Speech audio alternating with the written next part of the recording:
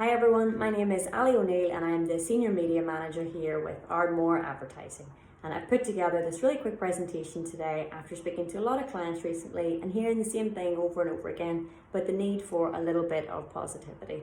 And anybody who knows me will know that that is something that I really champion and get behind.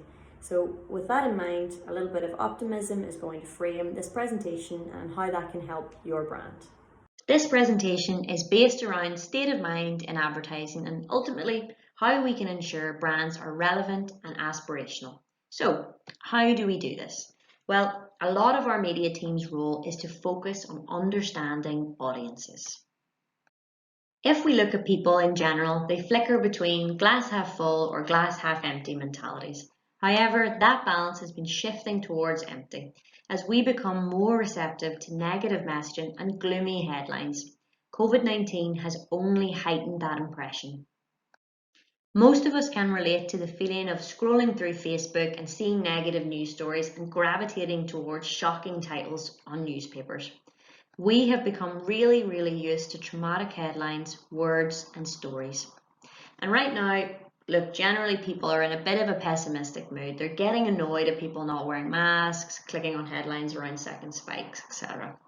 But the really interesting thing for me is how this relates to Festinger's theory.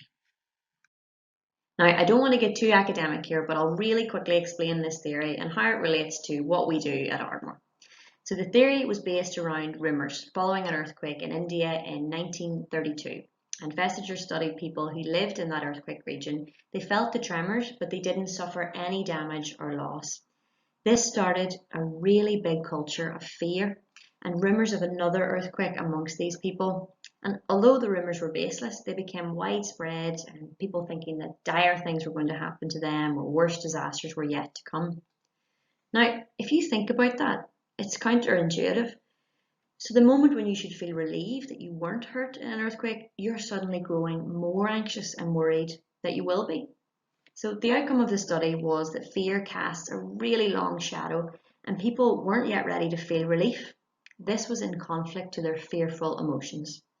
Given the shock of COVID-19, it is completely natural that we may be more disposed towards bad news.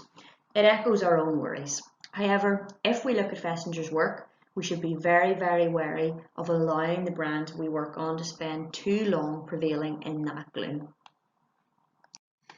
So what? What's the takeaway? Why shouldn't we focus on that doom and gloom? Because the best brands are built for the long term, and long term favours optimism, confidence and certainty. So I want to show you a couple of examples of how this has worked and how it hasn't worked. Firstly, I would say there is a need for us to recognise the here and now, but this should not be mistaken for a long-term strategy. Look here at some recent advertising which reinforces our worry and our fears. One is from ASOS, which echoes our current civic duty to wear masks, and one is Lysol, which is an American cleaning brand. Both campaigns were torn to shreds as they were reinforcing our fear. Thinking creatively, we need to be astute to people's moods, and both campaigns have been critiqued for being very off the mark, as they reminded people of the negative. So, what should we be doing? It is fair to say that culturally, we are slowly moving towards a mood of optimism. As we progress with COVID-19 and as we move towards containing the virus, consumers will not look back to the brands that echoed our anxieties. They will look towards brands that offered a view of how things can be, rather than a reflection of how things are. And this is clear in our recent work with the Department for Infrastructure. Tackling the issue of walking, we have created a brilliant piece of work building a narrative of how things can be, rather than a reflection of how things are. So I'll just play this ad for you.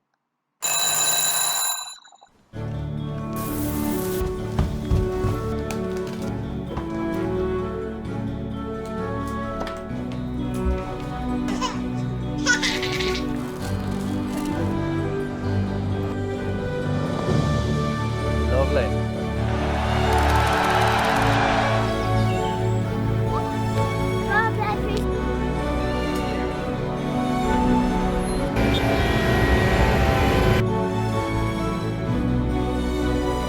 Morning. That's one small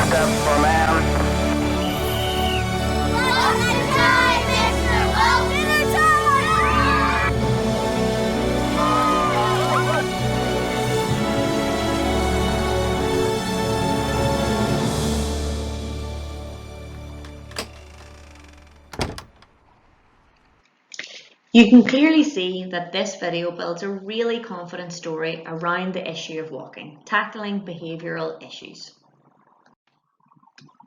In summary, today's quick piece is to get us thinking on state of mind. Playing on fear tactics will only heighten worry and not necessarily lead to sales. Secondly, work on showing how things could be, seeding aspirational brands, rather than reminding people of how bad or realistic things maybe are. So, a really good way to think about this is think about the movies you go to see. A little bit of Hollywood goes a really, really long way.